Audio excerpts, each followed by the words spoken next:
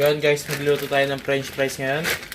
Galing to sa Dali, pero binigay lang siya ng tita ko. Yan. Magluto tayo ng french fries.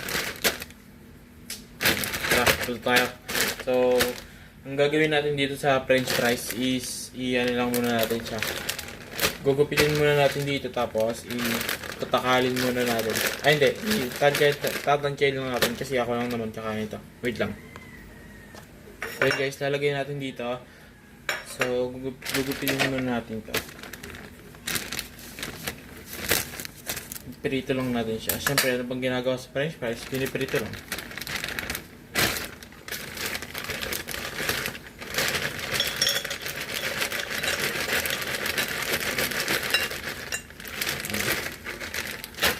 Wala tayo dito. So, meron tayo lang guys. So, wait lang guys. Diyan guys, naano natin.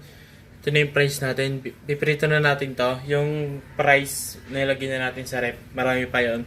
So, pipirito na natin to. Let's go. Diyan guys, pinapainit na natin yung mantika para ilalagay na lang natin yung price. Ito yung pinagamitan ng ano, ng manok. Gapon yata o ganina. So, yun. Malapit. May umusok-usok. So, yun. Mamaya lalagay na natin maya. Yun, may umusok-usok na. Ayan, mamaya lalagay na natin. Pagsasabay-sabay na natin yung price para maluto, no? Tapos halu-haluin natin para maluto siya sabay-sabay sa red. Tapos may cheese tayo dito guys para lalagay natin dito sa price natin para masarap, di ba? Then guys, nalagay na natin. Pop-up French fries talaga natin to, crispy natin to para masarap, di ba? Tapos lalagyan natin to siya ng cheese para masarap, di ba? So, yun. Diyan guys, malapit na maluto. Yan. Crispy na lang natin siya maya. Yan guys, luto na yung fries natin. Parang hindi siya crispy, no? Parang hindi natin siya na perfect. So, lalagyan natin siya ng cheese para sumarap. Lalagyan natin dito, tapos halog-halogin natin.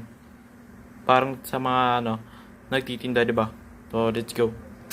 Ganito siya guys, yung sinasabi ko sa inyo. Kuha muna tayo ng kutsara. Para hindi kumalat. Diba? Kuha tayo dito. Ayan. Lagay mo natin yung price. Ang bango niya guys, oh. Parang yung price niya para sa Jollibee. Tapos, buksan natin to.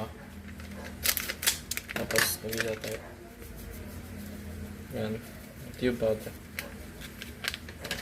Tapos, saan yung takip? Ito lang guys, hanapin natin yung takip. Ito yung takip. Sa alog-alogin na natin.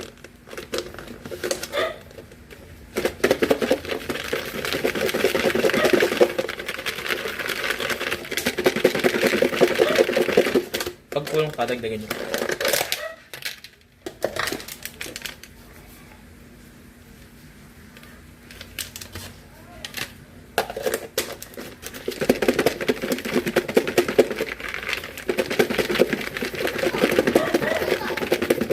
Okay na.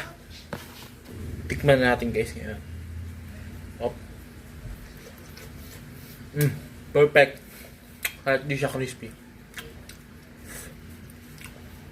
Okay guys, bye bye.